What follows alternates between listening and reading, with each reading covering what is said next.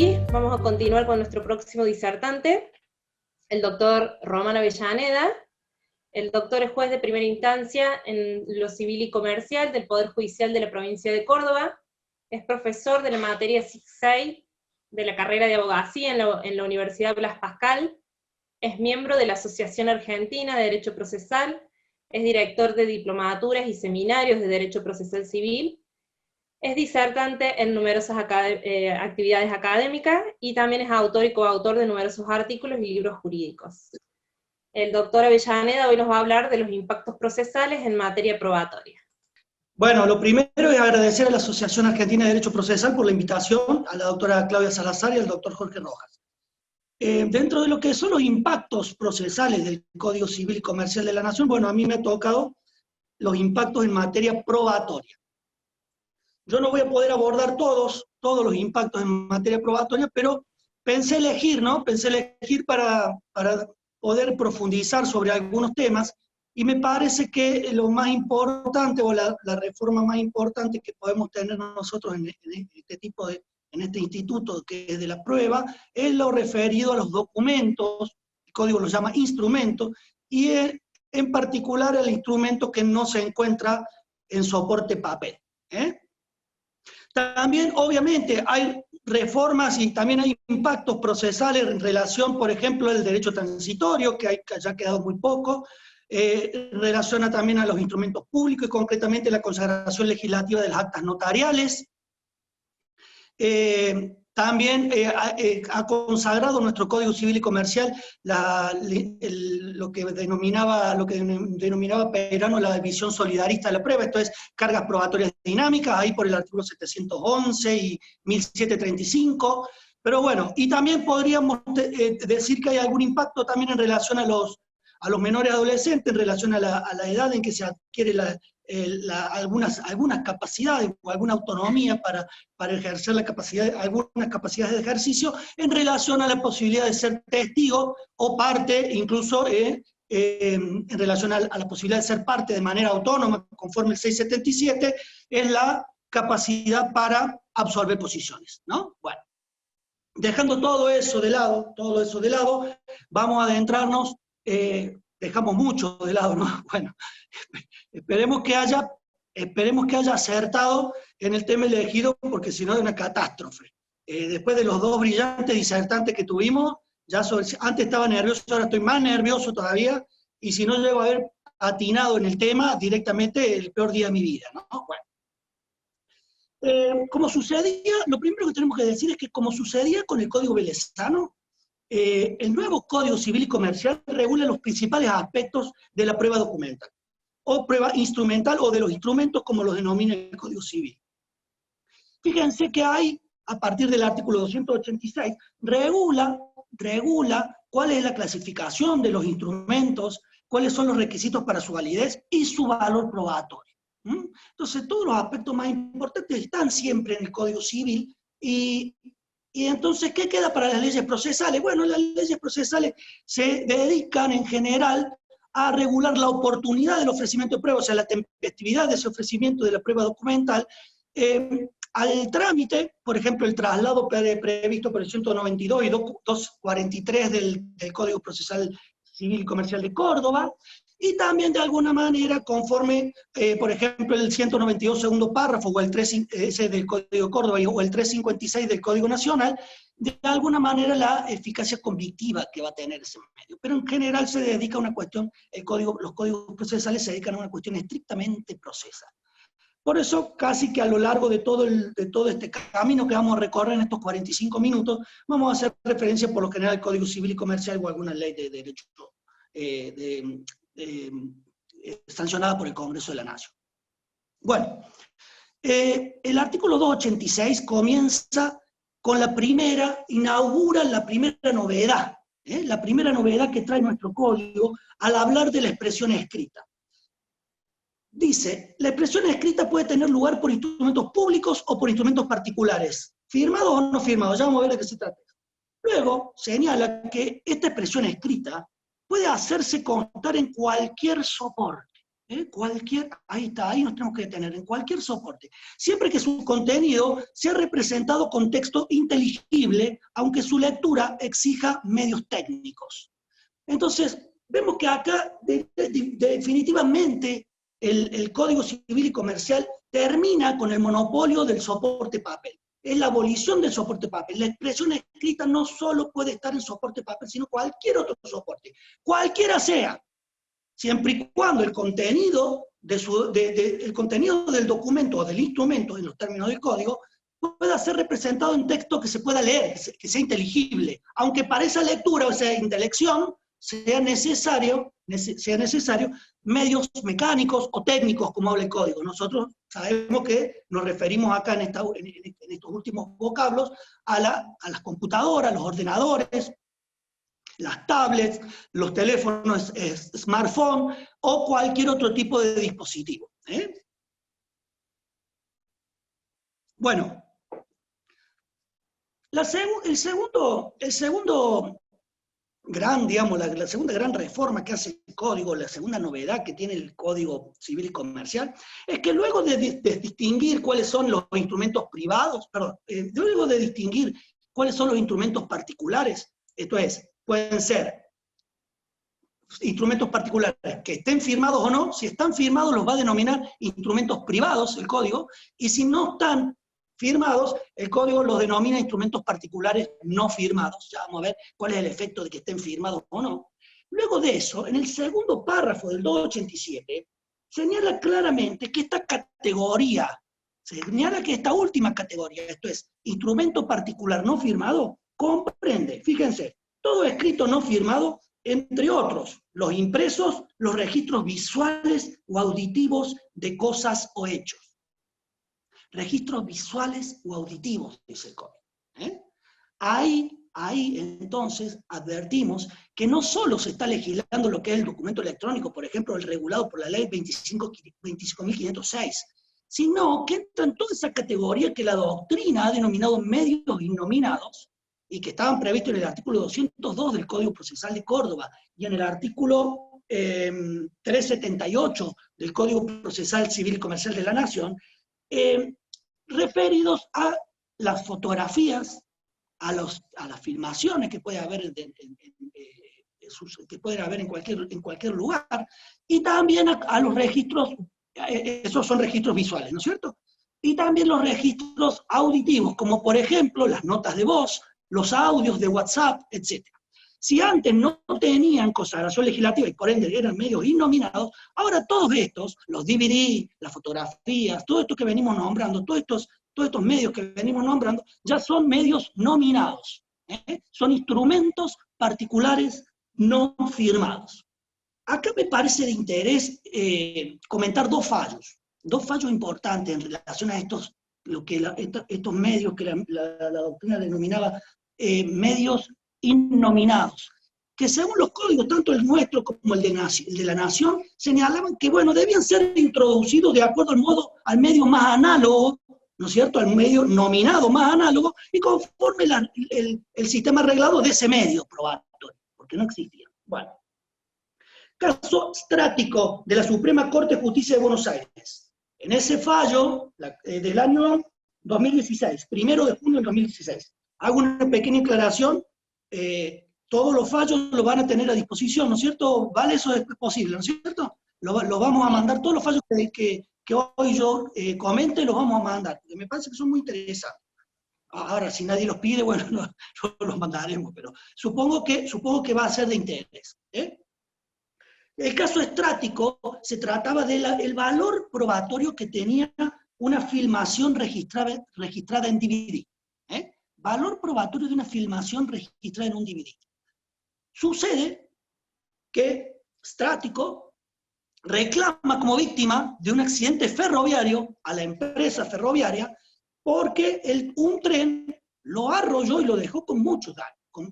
Tenía una gran discapacidad. Y reclama el daño que le produjo el accidente.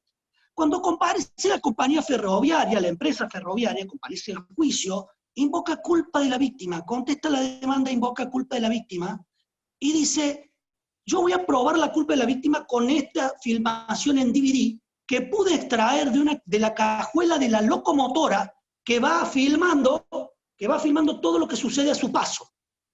En esa filmación ustedes van a poder advertir que el actor está en evidente estado de ebriedad, deambulando por las inmediaciones de la vía y luego se tira y casi que se arrolla como en una intención de quitarse la vida. Entonces la Corte lo que tiene que decidir acá es qué valor probatorio tiene la filmación. O sea, que obviamente es un instrumento particular no firmado. Hay una pequeña aclaración que hacer que no lo hace la Corte, pero la cadena de custodia, lo que se denomina cadena de custodia, estaba resguardada puesto que la extracción del DVD de la cajuela de la locomotora la habían practicado mediante acta notarial de escribano. Sucede que eso no está, ese DVD no está en la causa civil, está en la causa penal. Cuando viene a la causa civil se designa una audiencia de exhibición. Y en esa audiencia de exhibición el actor no dijo nada. Se reprodujo la filmación, obviamente que no tiene sonido, es solamente una filmación que se ve lo que pasa adelante de la locomotora, y el actor no dijo absolutamente nada. La Corte Suprema dijo, mire, si el actor no dijo nada, el documento debe reputarse auténtico. Qué raro, ¿no? O sea, en primer lugar nosotros decimos, qué rareza esta, porque esto ocurre cuando yo no me expido, esto ocurre con documentos que son de mi autoría o firmados por mí, ¿no? ¿Me siguen, no? 192 segundo párrafo o 356 del Código de la Nación para los que no sean de acá, digamos. ¿Qué sucedió? La Corte dice, está perfecto este argumento del Tribunal Acuo, puesto que esta filmación es equiparable a documento atribuido a la contraria. Fíjense lo que hace la Corte, que me parece de gran tino, ¿no? Si bien no está ni firmado ni es de su autoría, es perfectamente atribuible a la contraria, porque ahí el demandado señaló que ahí estaba el actor, y debió expedirse bajo el mismo apercibimiento, tenerlo por reconocido, tenerlo por auténtico. Ese es el actor. Punto. Y esto tiene que ver con las nuevas formas instrumentales, y lo que vamos a ver durante casi toda esta charla que vamos a tener, es que nuestros códigos procesales han quedado muy vetustos, han quedado muy desactualizados. Y entonces nosotros lo que tenemos que hacer es ayornar esos códigos con creación, tenemos que tener originalidad, y además tenemos que interpretarlo bajo el prisma de las nuevas tecnologías. Y eso es lo que hizo la Suprema Corte de Buenos Aires, ni más ni menos que eso. Dijo, mire, este es un documento atribuible a la contraria y le doy el mismo percibimiento. Fíjense otro fallo muy interesante. Cámara de Apelaciones Civil y Comercial de Morón, Sala 2, el caso Fleitas. ¿Lo quieren completo? Ahí lo tenemos. Fleitas contra Empresa del Oeste, del 23 de abril de 2019. Ahí en ese caso se trataba de determinar si en el lugar del accidente había una rotonda. Y el tribunal de oficio, ojo, no lo que digo, ¿no? De oficio señaló que la aplicación esta del Google Maps, más concretamente el Google Street View, bueno, perdone la pronunciación porque tengo el inglés del secundario, ¿no? Bueno, no importa, aparte. Esta aplicación del Google Street View, ¿no? Que permite a nivel del suelo, ¿no? A nivel del piso, permite estar en lugares de manera virtual, ¿no? Yo los veo como son, veo como si fuera real, ¿no? Veo como si fuera real la esquina del accidente, si hay rotonda, no hay rotonda en esa calle, a esa altura, lo veo casi como si fuera real. Tiene un pequeño inconveniente, no es en tiempo real, son reproducciones pretéritas. O sea, cuando pasó, yo digo así, ¿no? Cuando pasó la camionetita esa de Google, ahí es, ¿no? O sea, es eso, ¿no? Pero está en 3 dimensiones, a nosotros nos sirve mucho el Google Street View. puesto que lo utilizamos mucho cuando celebramos la audiencia preliminar, entonces nos sirve para ubicarnos. Nos sirve para indagar sobre las distintos caracteres de la esquina donde sucedió el accidente, o cualquier emplazamiento donde tuviera el accidente. Bueno, ahí la Cámara de Apelaciones Civil Comercial de Morón, Sala 2, señaló, las constancias de Google Street View son instrumentos particulares no firmados. Y tienen validez, ¿no? Y tienen validez. Y es más, el juez que lo aplique de oficio no está violando ningún principio, ni mucho menos está violando principios probatorios. El juez perfectamente puede hacer uso de eso, como también hizo de alguna manera en algún momento la Cámara de Azul, hace poco, no me acuerdo el fallo, pero también lo podemos subir si tienen ganas, de señalar que una nota periodística que estaba en internet también era un hecho notorio. Y entonces hizo valoración, valoró esa nota periodística, que era que en el caso se trataba de una cantera vieja, abandonada, que se había llenado de agua y la gente la utilizaba para bañarse, pese que estaba prohibido. Entonces, la Cámara de Azul dijo, mire, que la cantera está llena de agua y que la gente la usa es un hecho notorio. Esto es igual.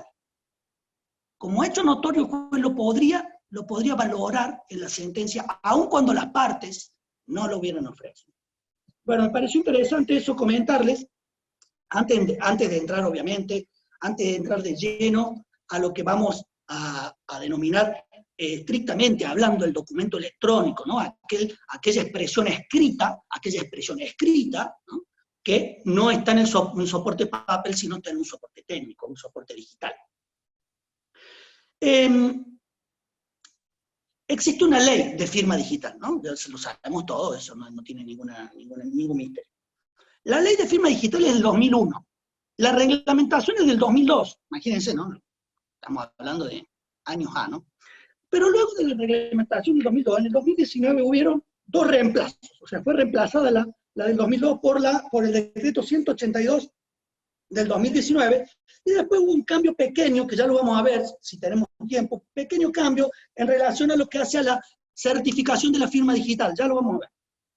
En el mismo año, y fue reemplazado ese decreto por el decreto 774/19, para los que lo quieran tener. ¿Qué es lo interesante de acá del documento electrónico? Bueno, yo estoy convencido, quizá a lo mejor quedo en minoría, ¿no? Pero espero que no en esta tarde, espero que convencer a algunos, por lo menos. El documento electrónico puede revestir diversas calidades, digo yo. ¿Podrá el documento electrónico ser un instrumento público? Bueno, fíjense ahí de las constancias del SAC multifuero. Para los que no son de Córdoba, el sistema de administración de causa. Bueno, abundante doctrina ha sostenido que, bueno, que si nosotros estamos utilizando, los funcionarios y los jueces estamos utilizando firma digital, y la sentencia es un acto del Estado, o sea, dictada por un funcionario público, bueno, no tenga duda que la sentencia de soporte digital es un instrumento público, ¿no? ¿Qué pasa con las páginas web de organismos públicos? Bueno, también digo yo, no son instrumentos públicos. Y si no son, ya como Carlito estaba hablando de fútbol, si no son, pegan en el palo, ¿no? O sea, pegan en el palo, porque ¿quién duda de que la base imponible que yo puedo sacar de la página de renta de un inmueble es la base imponible del inmueble? ¿Quién puede dudar de eso? ¿Quién puede dudar de la autenticidad de que surgen de esas constancias de los organismos públicos? ¿Quién es el Estado el que tiene el control de esas páginas web? Puede haber algún hackeo, puede haber una adulteración, pero en principio cabe presumir, ¿no es cierto?, que es un instrumento fehaciente. No confundamos, no tenemos tiempo para eso, pero porque a mí me gusta distinguir. No confundamos valor probatorio con eficacia convictiva. Lo que estamos hablando es del valor probatorio, ¿no? O sea, ¿cuál es el valor probatorio de la constancia de renta? Del cedulón de renta. Y bueno, que la base imponible asciende a 4 millones de pesos. Es el valor probatorio, salvo que alguien me pruebe que esto es un dato erróneo, que la base imponible de ese inmueble no asciende a esa suma, que está mal informado en la página web. ¿Cuál es la eficacia convictiva de eso? Bueno, si yo quiero probar el valor real del inmueble, base pobre, no va a tener mucha eficacia convictiva. ¿Me entienden lo que les digo? Tiene valor probatorio casi de instrumento público, pero de eficacia convictiva ya vemos, según el caso. El documento electrónico puede revestir la calidad de instrumento privado. Eso lo vamos a analizar bien y ahora, a posteriori a lo que estamos diciendo ahora, ¿no? ¿Por qué? Porque el documento electrónico que tiene firma digital cumple con el requisito de la firma del artículo 288 del Código Civil y, por tanto, es un instrumento privado. Cumple con los requisitos de la firma. Ahora, existe un gran universo de instrumentos particulares no firmados. Existe un gran universo. ¿Cuáles son? Y bueno, todos los que están en soporte digital y no cumplen con los requisitos de la firma digital. No se alteren porque lo vamos a ver inmediatamente esto. Por tanto, existe un universo enorme, ¿no? Nosotros decimos, bueno, ¿quién usa firma digital? Y bueno, muy poco. Por lo general se usa la denominada firma electrónica. Firma electrónica es el sistema de WhatsApp. El WhatsApp es por firma electrónica. Los emails, nadie tiene firma digital, por lo tanto yo mando un email, la firma es electrónica. Voy a operar en el cajero automático del banco, eso es firma electrónica. Hago una compra por internet, eso es firma electrónica. No es firma digital, es firma electrónica. Puesto que para que sea firma digital, necesariamente tiene que reunir una serie de requisitos que vamos a ver, casi les diría, ahora mismo. Falta. Bueno. Estos que tienen firma electrónica, estos instrumentos particulares no firmados, estos documentos digitales que no tienen firma digital, o sea, tienen firma electrónica, van a ser considerados instrumentos particulares no firmados. Eso quiero que quede claro. El único instrumento digital que se va a reputar firmado es el que tiene firma digital. ¿Y por qué digo esto? Por esto que vamos a leer ahora. Obviamente que sabemos que la firma prueba la autoría de la declaración de voluntad, eso lo dice el 288. Y debe consistir, dice, en el nombre del firmante o en un signo. Esa es la firma hológrafa. ¿No es cierto? En la que yo agarro un lapicito o una lapicera, ¿no? Y firmo. Bueno, en un papel. Esa es la firma hológrafa. Miren lo que dice el segundo párrafo del 288. En los instrumentos generados por medios electrónicos, acá están los documentos digitales, el requisito de la firma de una persona queda satisfecho si se utiliza una firma digital que asegure indubitablemente, ojo, ¿no? La ley dice firma digital, que asegure indubitablemente la autoría e integridad del instrumento. Este requisito lo cumple solamente la firma digital, del artículo 2 de la ley 25.506, ya van a ver por qué. El anteproyecto del 2012, que había elaborado Lorenzetti, Kemmelmacher de Carlucci y Hayton, creo, ¿no? Bueno, es del 2012 el anteproyecto, no decía firma, decía método. Seguía el proyecto del 98, y entonces no decía firma, decía método. Y en vez de decir asegure indubitablemente la autoría, decía asegure razonablemente la autoría. En esos casos, si hubiera quedado así, obviamente que no quedó así, quedó como se los acabo de leer al principio, ¿no? En esos casos sí hubiera quedado comprendida la firma electrónica dentro de lo que era la firma, si está firmado o no un instrumento particular, ¿no? Eso hubiera quedado también incluida la firma electrónica. Pero como dice firma digital y que asegure indubitablemente la autoría y la integridad del documento, la única que cumple esos requisitos hoy por hoy es la firma digital. Bueno, ¿y qué es la firma digital? Bueno, la firma digital está en el artículo 2 de la ley 25.506. En el artículo 2 de la ley 25.506. La firma digital es un resultado de aplicar un procedimiento matemático a un sistema que opera a partir de dos claves. La doctrina señala que la firma digital utiliza un sistema criptográfico asimétrico, fíjense, un sistema de criptografía asimétrica, mediante la articulación de dos claves. Una que es la que tiene el firmante, o sea, el que va a firmar el documento, el autor del documento. que la maneja y la controla con absoluto, digamos, control, valga la redundancia. Controla esa firma. Entonces es privada, esa es la clave privada, que obviamente que no es una firma que tiene un garabato, es un número, ¿no es cierto? Está claro. Y después hay otra clave, que es para que terceros puedan indagar sobre la autoría, sobre quién es el autor de ese documento, y si ese documento ha sido adulterado o no, o mejor dicho, si después de su firma se puede producir la adulteración del contenido de ese documento. Esto es lo que se denomina clave pública. Por eso decíamos, es un sistema de criptografía, es críptico, pero asimétrica. Tenemos una clave privada que domina solo el firmante, el dueño del certificado, el titular del certificado digital, y una clave pública que es la que administra el certificador licenciado, estas administradoras de la firma digital o empresas u organismos que se llaman certificadores licenciados. Entonces, es un sistema bastante complejo y también bastante costoso. Por eso no van a ver ustedes muchos documentos electrónicos con firma digital. Fíjense que acá, yo siempre tuve la duda y estuve investigando, sabemos que hay muy pocos certificadores licenciados, ¿no? Hay muy pocos certificadores licenciados en Argentina. Hay 7, fíjense. La AFIP es una, el ANSES es otro, porque son organismos públicos, ¿no? Nombramos. Y después hay otros más de organismos públicos y hay privados también. ENCODE SA, la CAUT, Vox, custodia de archivos también es certificador licenciado, entre otros. Bueno, hay 7.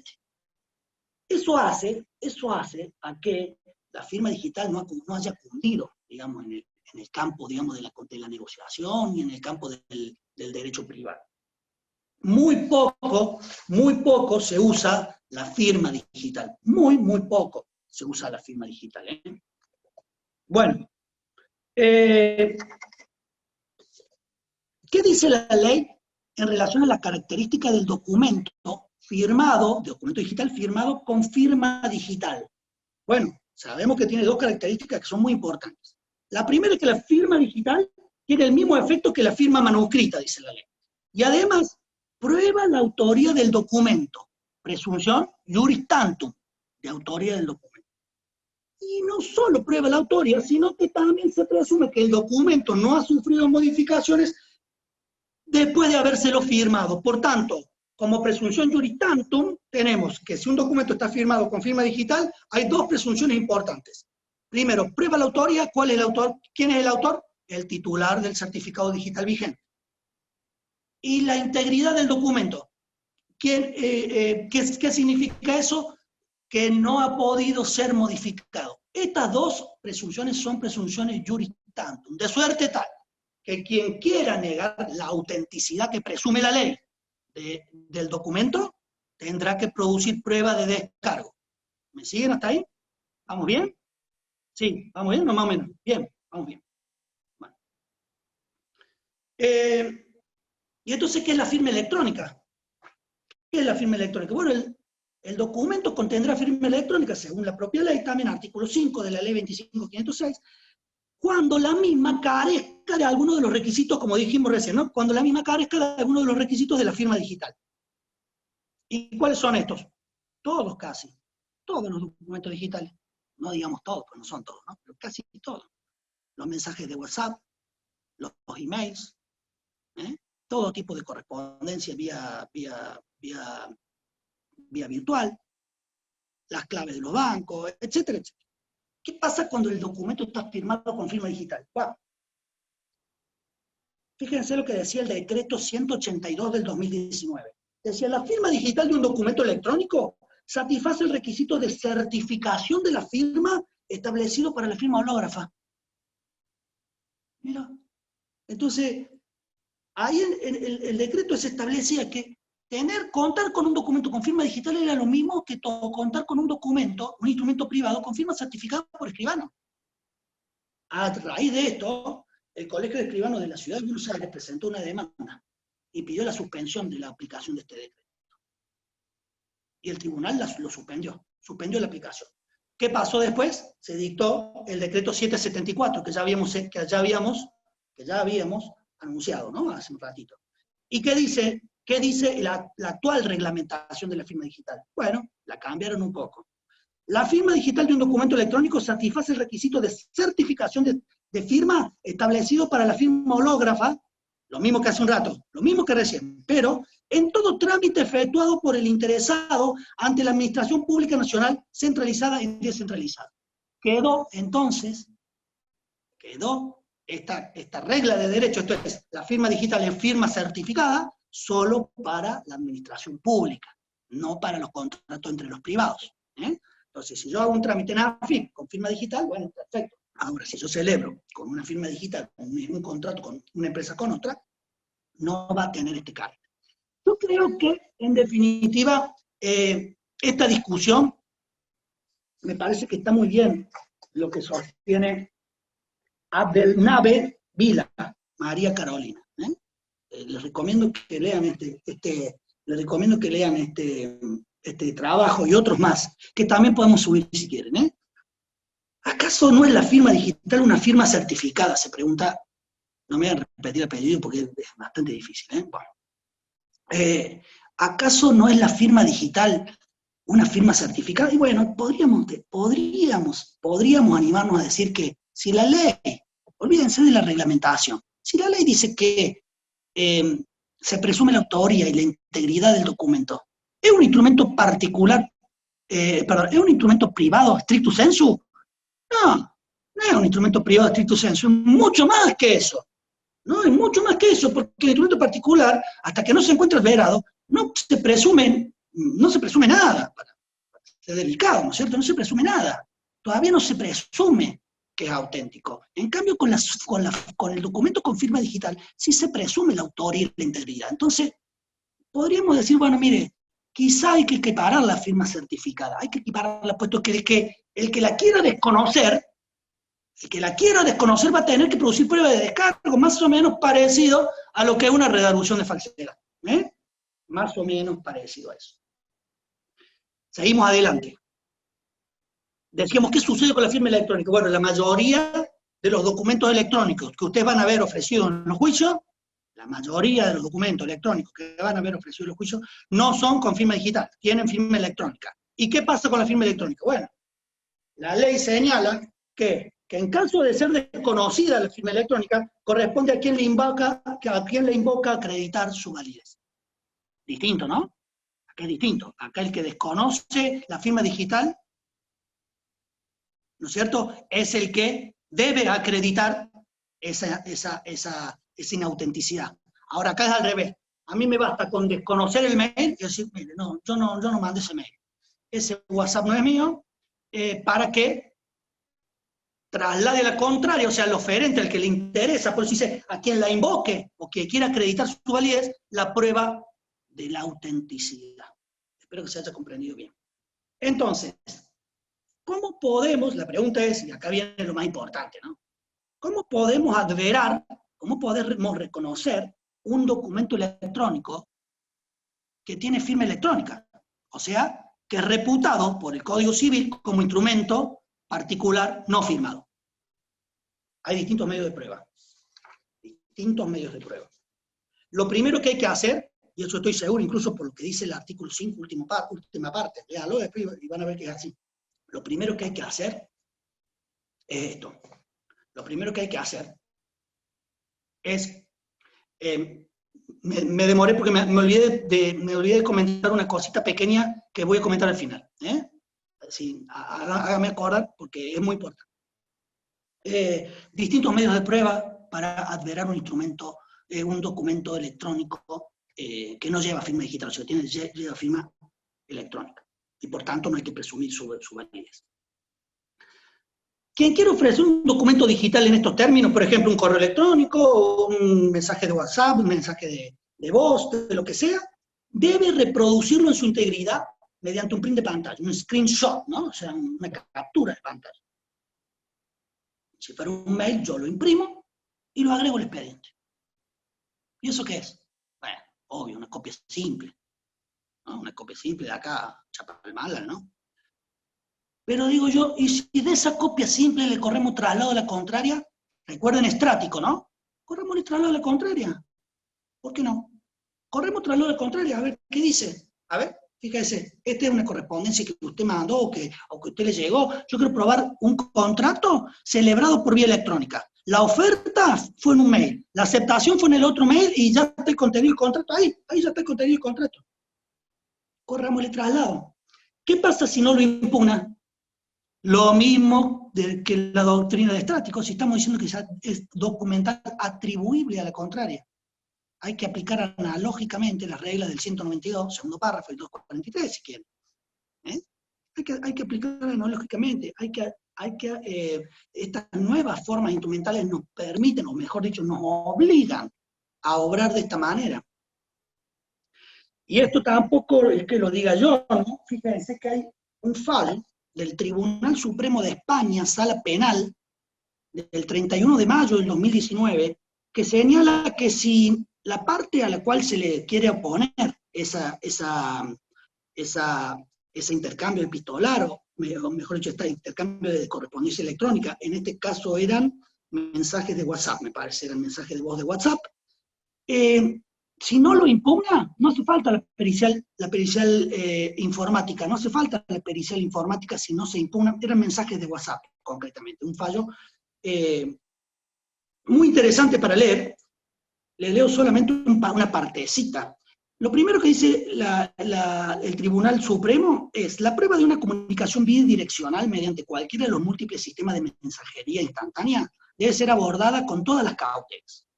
La posibilidad de una manipulación de los archivos digitales mediante los que se materializa este intercambio de ideas, forma parte de la realidad de las cosas, obvio. Hoy por hoy hay más correo electrónico que correo en soporte papel, obviamente. El anonimato que autorizan tales sistemas y la libre creación de cuentas con identidad fingida hacen perfectamente posible aparentar una comunicación en la que un único usuario se relaciona consigo mismo.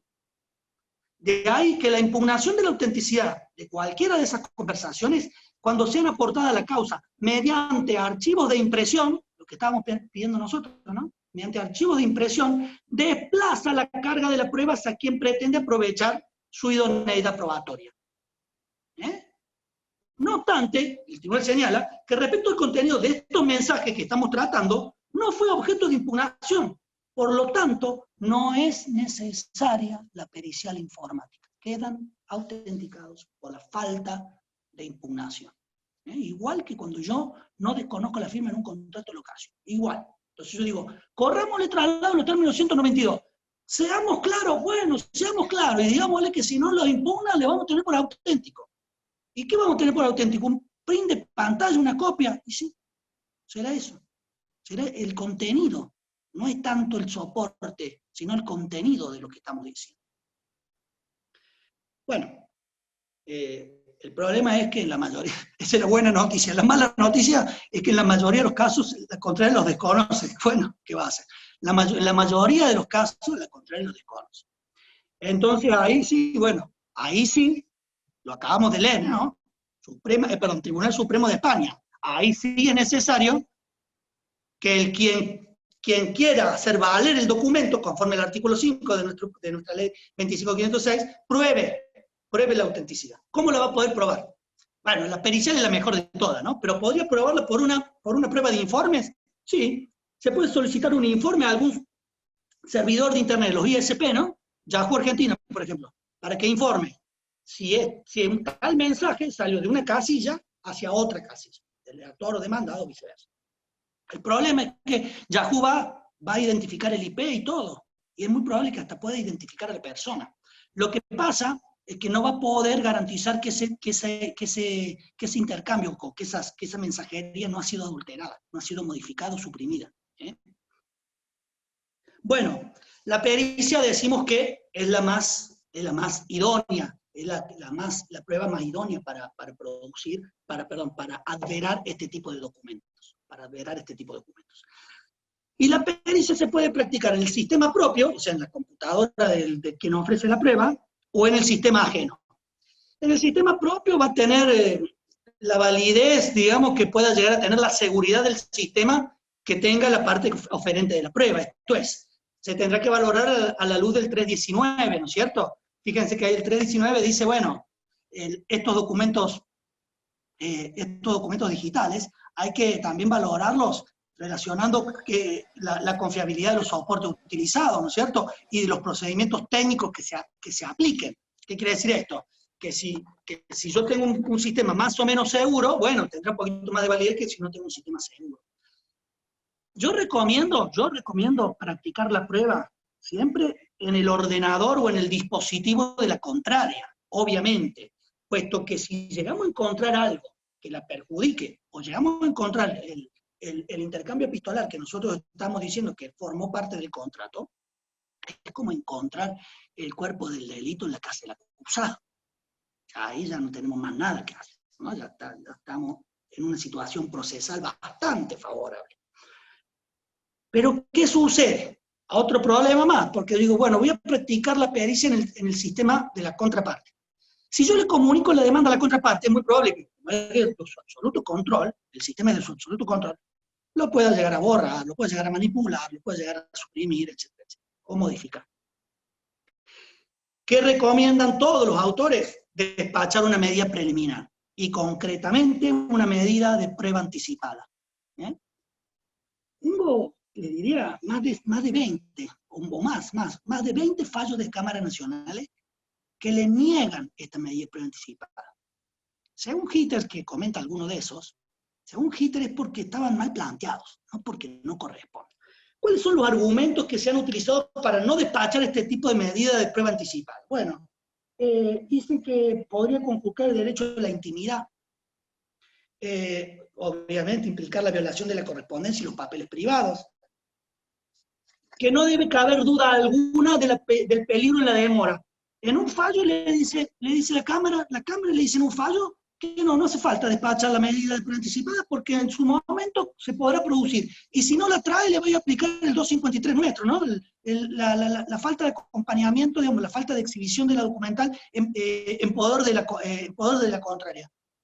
Y no sé, porque el 253 genera alguna presunción, ¿no? Cuando yo puedo saber a ciencia cierta que el objeto existe. Por ejemplo, ¿por qué genera presunción la falta de acompañamiento de la denuncia del siniestro? Que perjudica eso perjudica a la compañía de seguro. ¿Por qué? Y bueno, porque yo ya sé que existió, porque la compañía de seguro no declinó cobertura, por ejemplo. Entonces, pues yo ya sé que existió. Entonces, si sé que existió y no lo trae, bueno, obviamente, ¿no? Y evidentemente no la beneficia mucho, porque si lo llega a beneficiar, al otro día lo trae. Bueno, en este caso me parece que hay que ser más flexible, me parece, para otorgarla. Con estos recaudos que vamos a estudiar ahora, pero hay que otorgarla, me parece. En otros casos le ha dicho, no, mire, hay otras herramientas procesales alternativas, usted me tendría que demostrar que no tiene otra forma de lograr la incorporación de esa documental, de ese documento electrónico al proceso. Sí, nosotros en esas demandas que impetra Microsoft y pide prueba anticipada, por ejemplo, para indagar en computadoras de la empresa futura parte demandada, si hay software ilegales y eso, nosotros le hemos despachado favorablemente, pero con estos requisitos. Fíjense, con estos requisitos. Primero, cuestiones a tener en cuenta para no vulnerar 3 derechos fundamentales. 3 derechos fundamentales. El debido proceso objetivo, defensa en juicio. Entonces, no se puede practicar la medida sin ninguna posibilidad de la contraria, yo tengo entre paréntesis escrito acá, ¿no? O del asesor letrado, de controlar la regularidad del procedimiento. Obviamente, si nosotros le notificamos la contraria, que vamos a designar un perito informático, que después vamos a ir es lo mismo que comunicarle la demanda y después hacerlo en el momento oportuno. Obviamente que esto se tiene que despachar inaudita parte. Yo no le puedo decir la contraria, que mañana vamos a ir a recabar ese tipo de información. Pero tengo que darle intervención conforme la ley local y también el Código Nacional al asesor letrado para que controle la prueba. Y ya vamos a ver que cuando la diligenciamos también hay otro control de algún representante de la empresa, ya lo vamos a ver. Pero sí o sí hay que ir con el asesor letrado, porque si no estaríamos conculcando el derecho de defensa en juicio, y el 486 además lo exige. Fíjense qué interesante es esto. Derecho de propiedad. Esto me parece también un recaudo a tener muy en cuenta. Está prohibido lo que se denomina fishing trip. ¿Qué es el fishing trip? Tira la caña, ¿no? Ese es el fishing trip. Tira la caña a ver qué sale. Eso es, ¿no? Yo tiro la caña y bueno, a lo mejor me sale algo que me favorezca. Está prohibido, está prohibido. Yo tengo que detallar pormenorizadamente el objeto de la medida. Debe estar tan bien precisado como puntualizado. No puedo decir, bueno, voy a ver qué encuentro. Eso está prohibido, el fishing trip. Y por último, no podemos vulnerar el derecho a la intimidad y la privacidad. Por tanto, la medida no puede de ninguna manera dirigirse a constatar datos sensibles o personales, esto es confidencial, ¿no? Las cuestiones confidenciales de las personas objeto de este tipo de medidas. ¿Qué hacemos nosotros? Tenemos ahí un decretito, si a alguno le interesa también se lo mandamos. Tenemos un decreto que, bueno, obviamente, designamos audiencia para el sorteo de un perito informático. Obviamente tenemos los puntos de pericia, designamos audiencia para el sorteo de un perito informático, el perito informático fija fecha, damos intervención al asesor letrado, y le decimos al perito, Juan, mire, usted tiene que ir con un oficial de justicia. Le damos la facultad de allanar y hacer uso de la fuerza, pues si no lo dejan entrar. Entonces, al oficial de justicia. Vaya con el perito y con quién más, con el asesor letrado, obviamente. Cuando llega al establecimiento, supongamos que fuera una empresa, cuando llega al establecimiento usted tiene que identificarse y tiene que hacer comparecer o dar derecho a que comparezca algún representante de la empresa para que controle, aunque sea in situ, ahí también está el derecho de defensa en juicio, ¿no? Para que controle in situ, al menos ahí en ese momento, un abogado podría ser que sea de la empresa, que controle ahí la pericia. Luego, el perito tendrá que pedir el desbloqueo de clave, ¿no es cierto? El desbloqueo de clave, el levantamiento de las claves, y el perito ahí no podrá, se lo ponemos por escrito, no podrá indagar sobre cuestiones, sobre datos sensibles o información sensible de las partes. Nosotros le ponemos, no pudiendo recabar información sobre datos sensibles o personales de terceras personas ajenas a él. Si hay imposibilidad lógica, esto es, no levantan las claves, no hay desbloqueo de claves, se niegan. Hitters, yo no lo he hecho nunca, pero Hitters dice que es posible secuestrar los ordenadores. Es posible incluso secuestrar para luego hacer una especie de hackeo de esos ordenadores y poder llegar a lograr el cometido de la pericia. Para esto, obviamente, hay que precintarlos, para lo que es la cadena de custodia, obviamente, hay que debidamente precintarlos para que tengamos seguridad, ponerlo en depósito judicial inmediatamente y labrar un acta de inventario de esos ordenadores. Por último, ¿cómo se puede adverar un documento, o mejor dicho, cómo se puede introducir válidamente un documento digital, obviamente que no tiene firma digital, ¿no es cierto? Bueno, también por acta notarial. Fíjense que lo más cómodo y lo más práctico es un acta notarial. El interesado puede encomendar a un escribano, obviamente un escribano público, una constatación notarial de sitios web. Una constatación notarial de sitios web, de mensajes celulares, entre otros documentos electrónicos. Y ahí vamos a citar un fallo, que es de la Cámara Nacional, lo civil, sale a caso Biggest Bank S.A., del 21 de mayo del 2008, en la cual, en ese fallo, se le dio validez a un acta notarial confeccionada a pedido del actor, en la cual el escribano constató que en un dominio, que en una página perteneciente a la demandada, se podían divisar imágenes de propiedad del actor. Entonces, se tuvo por probado que el demandado o la empresa demandada estaba utilizando imágenes de propiedad del actor mediante el acta notarial. Y lo curioso del caso, además de esto, ¿no? Lo curioso del caso es que no le pidió al escribano mayores recaudos. Yo digo que eso hay que tener cuidado. No le pidió mayores recaudos. El escribano lo único que dijo, yo constato. Y miren lo que dice, si un niño de 5 años puede entrar a internet, también puede entrar el escribano. Pero yo digo, hay que ser cuidadoso, detallista y prudente. Miren lo que dice la doctrina. Hay que tener en cuenta qué sitio web se ingresa, identificar IP, ISP, conexión, todo código usado para ingresar.